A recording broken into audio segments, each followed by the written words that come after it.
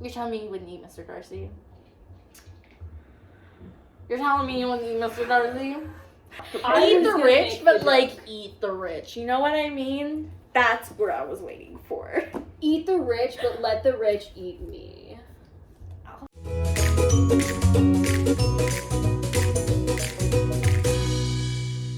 Hi, lovelies. Hi, friends. Hey, comrades. I'm Grace. I'm Gabby. I'm Jack. And we are the Book Bugs. Okay, so this is the first of a 3-part series in which we are reading one another's favorite books. We're discussing my favorite book right now, Pride and Prejudice. Don't look at my really ugly copy, look at their copies that are beautiful. We're going to be discussing what we loved, what we hated. And as you can see here, I have a lot of opinions. There are a lot of opinions to be had on I don't a lot have of as books. many opinions, but... So we're going to talk about our star ratings first. For me, obviously, it's my favorite book. It's a 5-star read. I absolutely love it. I adore it. It has some problems, and we can, maybe get into discussing them, but it's a great book. So now, what were your thoughts? We need to... Well, for me, the star rating that I gave it was 4, a solid 4 stars, I'd say. I'll accept that. I gave it a 3.75. I don't know if you can see that with my crazy pen. I'm but- disappointed in you, Gabby. No, We'll I'm get just into kidding. it. Everyone's We'll get opinions into are it. valid. So, Pride and Prejudice is my favorite book for truly any number of reasons. One, I really enjoy the writing style. It's very different than contemporary books and the writing style in contemporary books, but it has a language that I find really beautiful. Two, it makes a lot of you need to understand the culture of Regency England and upper society, but it has a lot of commentary on rich people versus poor people, classism, the gender roles, and the expectation of women to marry versus new money versus old money, all these different tensions. And she does this very witty, insightful commentary in a way that wouldn't get her in trouble, because women who made trouble back then were sent to sanitariums and stuff like that. Fun fact, the Prince Regent actually loved her books so much, he bought all the volumes of them and had a whole complete set of her works at every single estate of his, which was a lot of money back then, and that was a really big deal because most people couldn't afford books. Even though she was making fun of him, and she hated him with a passion. Anyways, I was gonna say, doesn't it also mention within the book that the more books that you have, then the higher status that it shows that you are, because you're more rich, because you have that many books? Yeah, because they were a precious commodity, which they should still be today. If they were a precious commodity, then you couldn't have these bookshelves. You're a college student. No, anyone who says that they haven't read a book since high school or the 4th grade, there's something wrong with you. See a therapist, read a book, especially if it's a picture one, because that's obviously the reading level you left off at last. Read a book. Reading rainbow. Read a book. 3, it's a romance book, which is very fun. I love romance books. These two can tell you, I have an truly absurd number of romance books on my shelves. I respect it because I also love romance. I have so many romance opinions, and this was honestly one of the best romance books in my opinion, historically, because the woman actually had a mind and a choice, and romance wasn't really a thing back then, but in this book it was. Anyways, then it was Enemies to Lovers. It was the first Enemies to Lovers book. The OG Enemies to Lovers. Literally, this was the OG Enemies to Lovers book. Enemies to Lovers has its roots not in fan fiction, but in Jane Austen. Remember that. Another reason I love Pride and Prejudice. I fucking love Eliza Bennet. I love character growth. And this book was a really solid example of character growth on both the love interest and Lizzie's part. Also, we love a man who can take criticism in. Oh, wow, the girl's right. I gotta change me because I suck. We love a man who can say that and then, actually change. Anyways, yeah, so we love a man who can actually change, and we love people who recognize when they're wrong and are okay, I need to do better. What did y'all like? What did you dislike? Let's have a discourse. Okay, my favorite part of... Okay, first of all, let's talk about favorite parts of the book. My favorite part of Pride and Prejudice was definitely 1000% when Lizzie, her aunt and uncle were at Mr. Darcy's like mansion? Derbyshire? Yeah, they were in Derbyshire. Pemberley. In Pemberley. Pemberley. They were in Specifically the Pemberley. estate. Yes. They were in, That's right. they were Yeah, in where they Pemberley, and then Mr. Darcy was like, "Oh yeah, Miss Darcy wants to meet you. Her name, Georgiana. Georgiana wanted to meet her and stuff like that, and that was like her part. And they had a lot of like cute moments and stuff, and I really liked that part. Okay, Gabby, what was your favorite part? What's your favorite part of the book? It's mine too. My favorite part, honestly, it's kind of hard to narrow it down to just one because I really did enjoy reading this. And yet it only earned a 3.75. Okay, I knew you were going to say that. It's the way how I knew you were going to say I'm that. sorry. Keep going. I'm going to be honest, I think, for context, when I was first introduced to Pride and Prejudice, it was through a, like, comedic play, like, retelling. Wickham and Collins were combined to be the same person. The only sisters that were there were Eliza, Jane, and Lydia. Okay. Because they had to, cut. So there were a lot of things that I had already kind of expected that I knew were coming. So I feel like it kind of tainted that rating a little bit because I was expecting slightly different things to happen, I suppose. Mm-hmm. But I think the other way that it worked for me, and why I really loved the way that this is written, is because even though Jane Austen was, obviously only writing about one kind of person, white English nobility, I distinctly remember the actors from the play that I watched, and Mr. Darcy was played by a person of color. And so me remembering the play, I kind of recasted it in my head, and I really liked that I could do that with this because it proves just, I think, how timeless the piece is. So many things get problematic once we realize that, hey, that kind of really sucks. That's not super great. Like Lovecraft, for example. People loved Lovecraft. People still love Lovecraft, but we know he's like a raging racist. So yeah, I think that was probably just in general my favorite thing about how well this book is aged, because there were things that just could have come up that didn't. Some people let their biases come and pretty much taint his work, but I feel like this still holds very, very good in the 21st century. I find it very interesting that with the cast that you were thinking of for Pride and Prejudice, the cast that I was thinking of was the one from the movie with Keira Knightley. Mm-hmm. I was keeping that cast in mind because I really like that cast. And as I was actually reading the book, I saw that most of the lines that were in the book was actually in that movie, because I heard that specific movie is a well-done adaptation of the book. Mm-hmm. From what I heard. She's so mad. No, from what I heard, but watching the movie and then reading the book, I'm like, it's not the best, but it's also not the worst. Like, it's pretty well done. Like, obviously it's not perfect. They never are. So, before we go into adaptations, because I have thoughts. Mm-hmm. Favorite moment. Well, also list my favorite moment while Gabby comes up with one.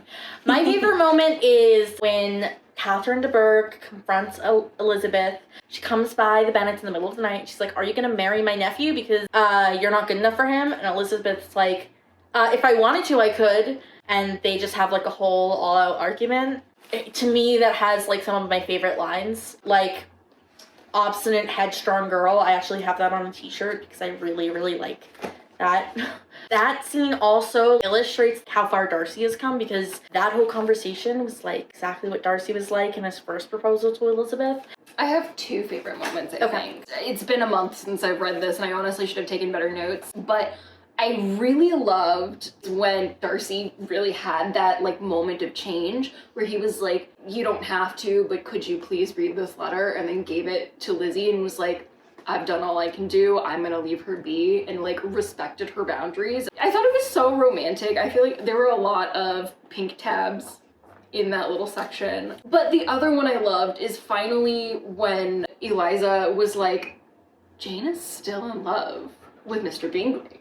Because there was so much miscommunication with that, where she was like, "My sister's in love," but then Mr. Darcy was like, "She's playing him. I know she is." Eliza was like, "I don't know, maybe I read the situation wrong." And then she goes back to Jane and is like, "No, I didn't. That's a girl in love." And Then they get back together, and I think, honestly, that was my favorite pairing. This entire novel, I thought that Bingley and Jane were just so cute. Oh yeah, they were adorable. I love Both of them are, like, so sweet, too precious for this world. Like, even Mr. Bennet notes it. He's like, you two are so good that your servants will all cheat you, and, like, you'll be destitute by the year end. My favorite moments, I actually tabbed them both. They're both with the purple tabs because that's the tab that it literally is marked as slay. So I have one where it's the quote, "The only pain was in leaving her father, who would certainly miss her, and who, when it came to the point, so little liked her going that he told her to write to him and almost promised to answer her letter."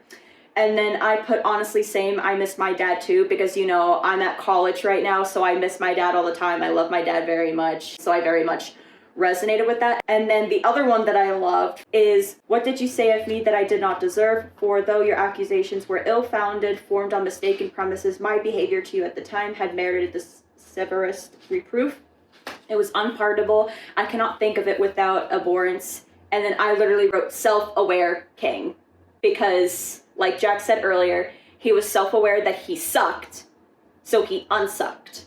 There wasn't therapy at that time, but I strongly believe that if there was therapy, he would have gone to therapy and been like, look, the girl I love just rejected me because I suck. And the therapist would be like, yeah, you suck. Let's work on this.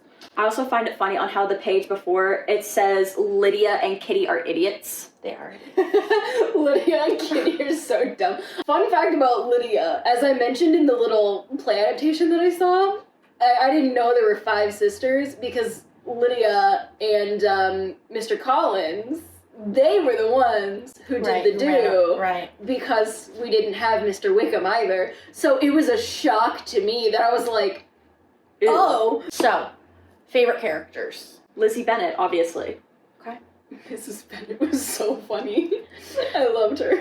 Okay. And my favorite character would have to be, I mean, yeah, I think it's Lizzie. Although she's like a main character, so it feels like kind of a given, but like... No, but I liked Lizzie. I liked how she was like, yeah, you're very proud. You have a lot of pride. I don't fuck with that. I don't like that. I'm like, yeah, Queen Lizzie, okay.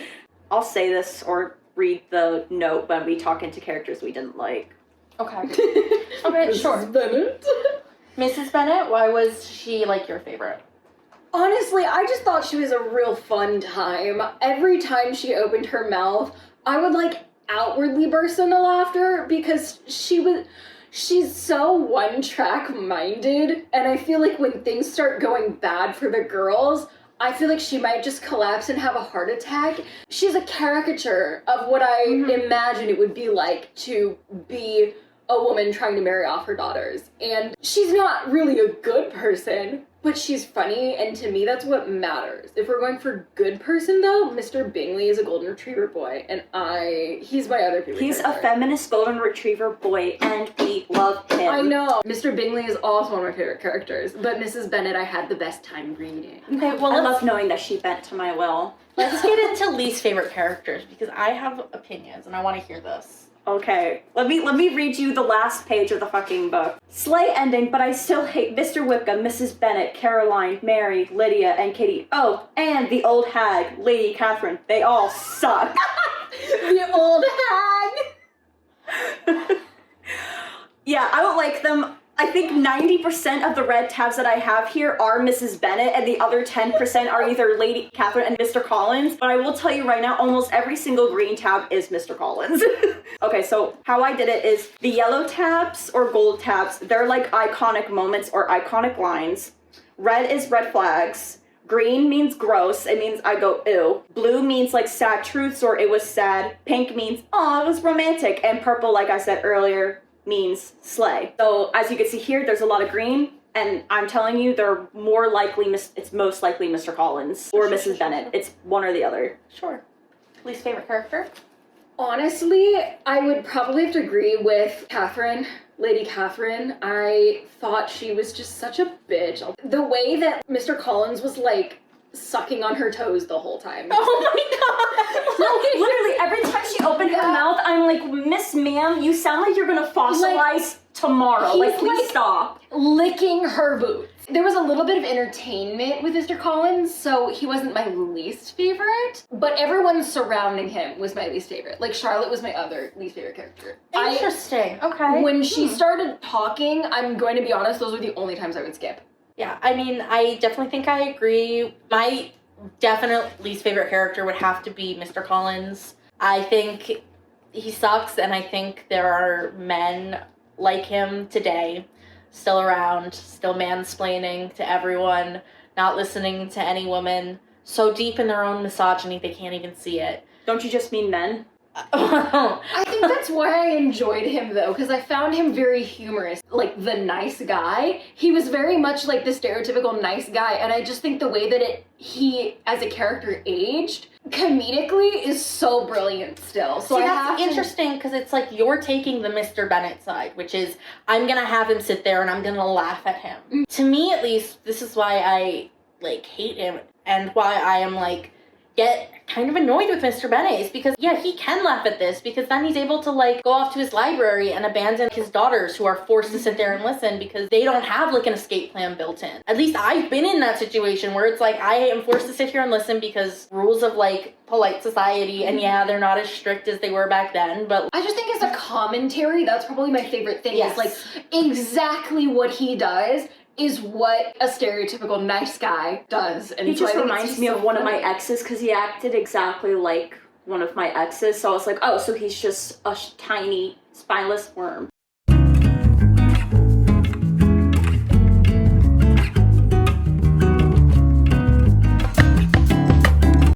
okay, wait, we were... Right, least favorite character. Yes. Yeah, we were talking about least favorite characters. Okay, yes, so... Gabby, I find it really interesting that you, like, one of your least favorite characters is, like, Charlotte, that she's down there, because I definitely understand how you could have that, like, point of view of Charlotte. To me, though, like, as much as, like, we disagree with Charlotte, we feel, like, very, like, alienated from it. From, like, her point of view and her perspective, it's basically, like, she's taking what she can get. She's 27 years old, like, she's not gonna for get that. Okay. So when I choose my favorite and least favorite character, there's kind of been a pattern so far. It's who's the most entertaining in my eyes, because that plays a huge factor if I don't connect with any of the characters, because this wasn't made for, you know, the modern queer girl that doesn't read romance. So it was like, I enjoyed the book a lot, but I was relying more on the humor of it and the amusement that I found in reading it. And Charlotte, she would just go off about nothing sometimes, to the point where I started kind of skimming sections because it would just be pages of her and Lizzie talking. And those were the only sections that I skipped, and I think that's why I knocked it slightly below 4 stars and why I couldn't justify that 4th star. When it came to, like, entertainment value, if it wasn't about the main couples, so Lizzie and Darcy or Jane and Bingley, I could not find it within me to care that much. I do know what you're saying, especially if you are only reading it for the comedic parts. Charlotte is not comedic. She's not Lizzie. She's practical. She's gonna go with, like, what makes sense, pure logic, and, like, that's not funny. Yeah. But also my favorite, like, relationship between two characters in this book was Lizzie and her father, because it very much reminded me of me and my dad. I really loved their relationship, and it makes me sad that the other girls couldn't really experience that. His favoritism ran so deep. He was like, Lizzie's my girl, I'll do anything for her. And there were a lot of really cute moments, but at the same time... Yeah, I mean, so that's very interesting because of what Gabby said, which is that she felt bad that, like, the other girls didn't get that with him. That's 100% it. Like, again, to, like, a modern reader, it's like, yeah, Mr. Bennett is, like, very funny and very chill, and, like, you love the relationship he has with Lizzie, and that's valid, but he also kind of sucks as a dad.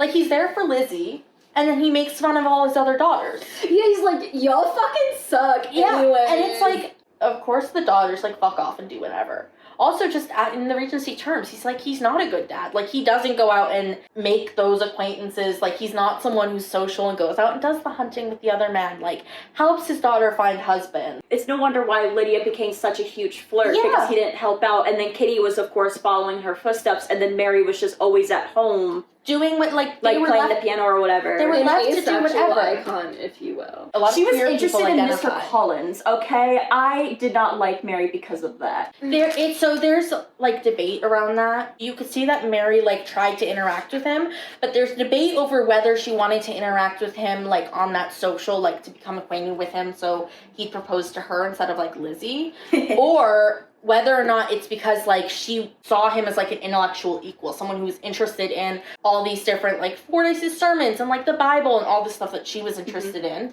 She didn't have that with her sister. She didn't have any other companions. Kind of recall, but yeah, I didn't think it extended beyond that. A lot of queer people point out that like Mary can be seen as like a queer icon. Like a lot of they're not fan fictions, but like adaptations are written and like spin-offs of Mary like having a lesbian lover, fucking off and doing whatever the fuck she wants. It's a lot of fun. And like I love that for Mary because she gets kind of a bad rap and it's not fair.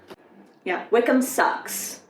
Listen, there are a lot of reasons why Wickham sucks. First of all, the way he repeatedly preys on young girls because he knows they're easy to manipulate.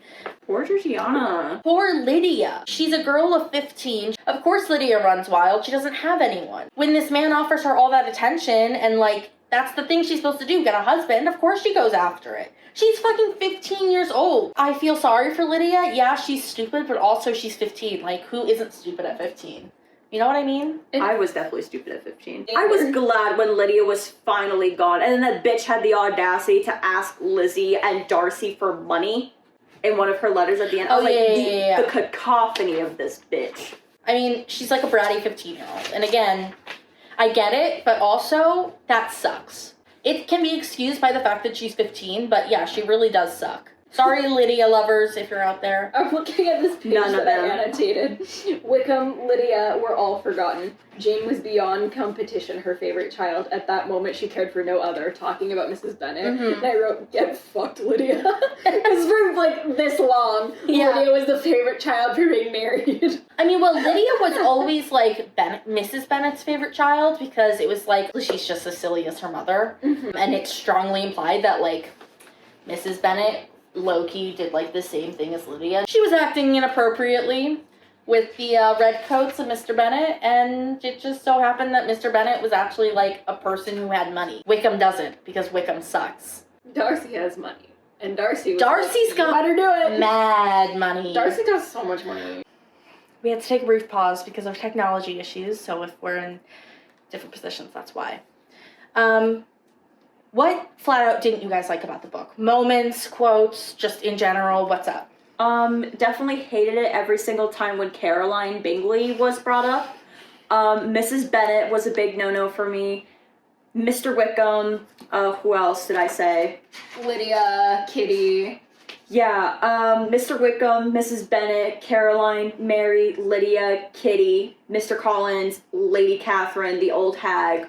They all suck. Anytime that any of those characters were on page, I immediately was like, oh, fuck you. That's like most of the characters in the book, but I did not like any of them. All those people pretty much suck. I definitely agree. Yeah, everyone I listed, because I actually forgot to write Mr. Collins for some reason, but he sucks too. Okay. Forgetful. Gabby, how about you? General thought, like negative opinions. What didn't you like? Who didn't you like? I think I mostly covered it. I think my primary issue is that while I found most of the book to be enjoyable, that's because most of the book was in Eliza's head. And I kind of stayed on the fence. I liked and disliked how we would switch to someone else's head and just start thinking of, like, we would be in, like, Mrs. Bennet's thoughts and how, like, I think we started in Mr. Bennet's thoughts, right? This is, like, an example of, like, how it's different than, like, modern narration is because you're actually, like, not really in anyone's head. It's very third-person omniscient. Third-person omniscient. There's a storyteller. You do zoom in. We spend most of the time, like peeking behind Eliza's shoulder, and so I liked that, and I think at times it was a little like, wait, why is Mr. Wickham the one that we're kind of following right now? I liked it and disliked it, but I think the one critique I have is that aside from the romances, the two main romances of Jane and Bingley and Eliza and Darcy, I felt like there wasn't enough substance to always keep me entertained. I think part of that comes from, again, like with modernization, like different genres, they've evolved. This is technically like a comedy of manners, which is criticizing society, and like the romances were like not a B plot, but like they were like a separate thing. I really enjoy comedy of errors. Comedy of errors. Comedy of manners. I have a lot of fun with it. I just think that at times they would go on and on and on, and that's why I really hated Charlotte a lot of the time, is because she said the same thing 5 times over, to where, like, the first time I get it, cool, thank you so much, but then, like, they're still talking about that thing, like, a page later, and I'm like, I'm gonna move on to the next chapter, thank you. That was, like, my big issue, is, like, I love the comedy of manners, I think it's so fun, and I thought this book was hilarious, but I thought that when they weren't focused on the romances, things started to lack, because they would kind of repeat themselves. And that's why I kind of hone in on, like, the 2 romances as, like, the best parts of it, is because they push things along, I guess. I understand, that makes sense. Alright, so how do you feel? Well, I feel like it did do the enemies to lovers thing very well, which is in modern romance. So, and obviously this is the blueprint for that. So I'm like, oh, glad to see where it all started, where it all began. I know I personally was able to understand it because if I just read this by myself without like an audiobook helping me, I probably would not be able to like get through and understand it, because like someone else was reading it to me. I was like, oh no, I got you. You know, just one of those things. So that's like something where it's like, okay, modern romances, it's like I can read it and understand it like on its own. Like with this, I like needed like a little bit of like the help. So that's something where I'm like iffy on. But other than that, it did like the romance like really well, especially since it was just cute and like fluffy, like no spice. That's why there's no like orange tabs, because there's no spice. The orange tabs are for spice? The orange tabs are for spice and dirty talk. Okay. Along with the orange highlighter. Do you guys have any final thoughts that you want to not my favorite, but I liked it.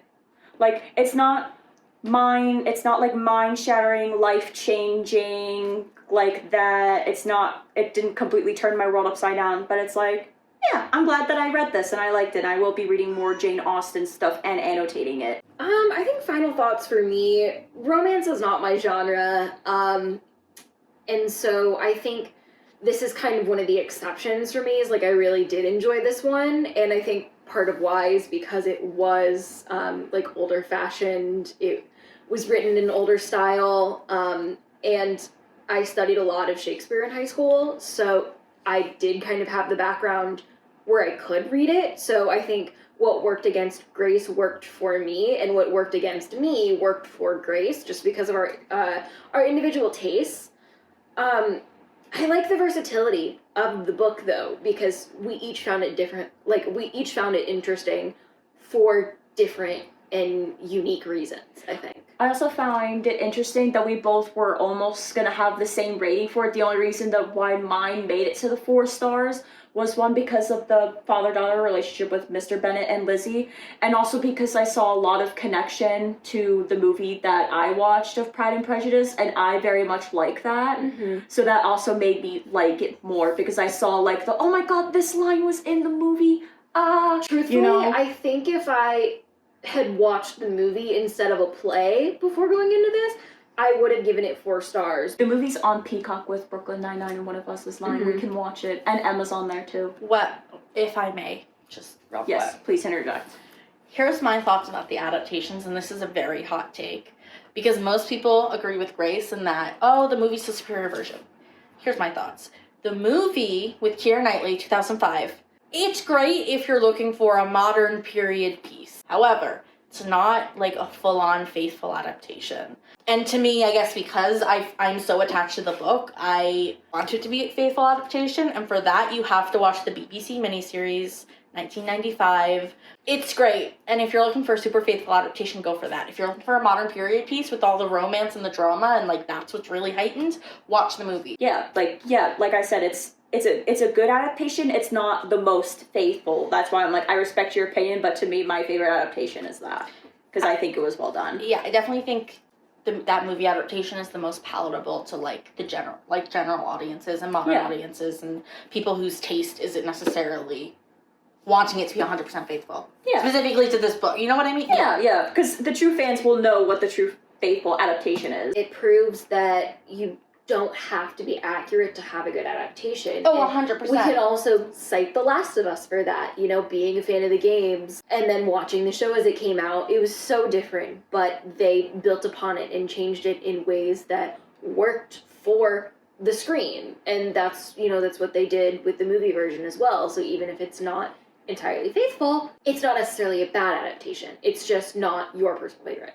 Oh, 100%. Mhm. I don't think the adaptation's bad. It's just like there's It's just not the two most different faithful, yeah, yeah. it's for two different audiences, I guess. is what I'm Absolutely. saying. Yeah. And that's fine. I mean, Respectful, yeah, respect. that actually was another one of my favorite things about Pride and Prejudice. There are so many different ways this book has been adapted.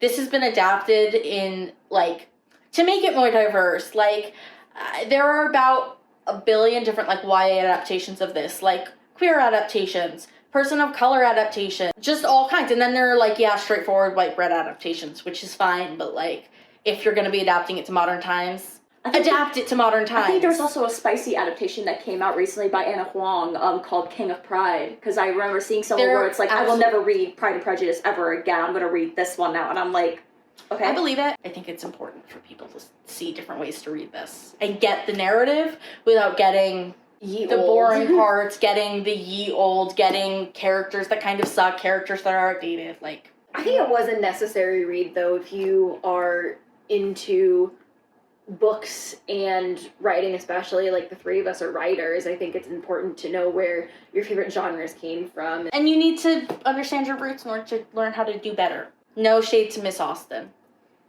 No, this, for an old novel, this is one of the, I think this is one of the ones that ages the best. Yes, it's I one of would the agree better with that. aged Yes. classics, like fine wine. Yes.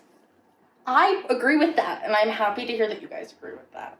Because I worry sometimes. Sometimes when you love a thing, you don't see problems with it, you know? And it's like, I worry that, like, maybe that's blinding me.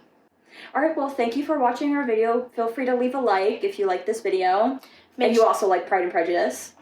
Make sure to leave a comment of, like, the opinions you agree with, opinions you disagree with. Leave us some of your own opinions. I am fascinated to hear about and discuss Pride and Prejudice opinions because, like I said, it's my favorite book. And make sure to subscribe if you really enjoyed this. We have other videos out on our channel right now, and we have so many more to come. This is the start of a beautiful friendship, a beautiful journey. Oh, I had to The book bug universe has begun. I had to quote Casablanca, I'm sorry. And It's the BBU. It's the BBU. The BBU. The BBU. And watch out, Marvel. We're coming for you. We're the better we're coming universe. for we want to come for Marvel. No, they're gonna sue us. They're gonna sue We're us. not coming for Marvel. just- we're not. And make sure to hit that subscribe button if you really like our content. This is just the first in a series. We have a couple of more videos out now, and we have so many more in the future. And if you want to hear us discuss more opinions, we have 2 other videos that are out now where we discuss One of Us is Lying, which is Grace's favorite book, and we also discuss Lore, which is Gabby's favorite book. So go watch those right now. Love you. Bye. Bye. Gabby, do your thing. Bye.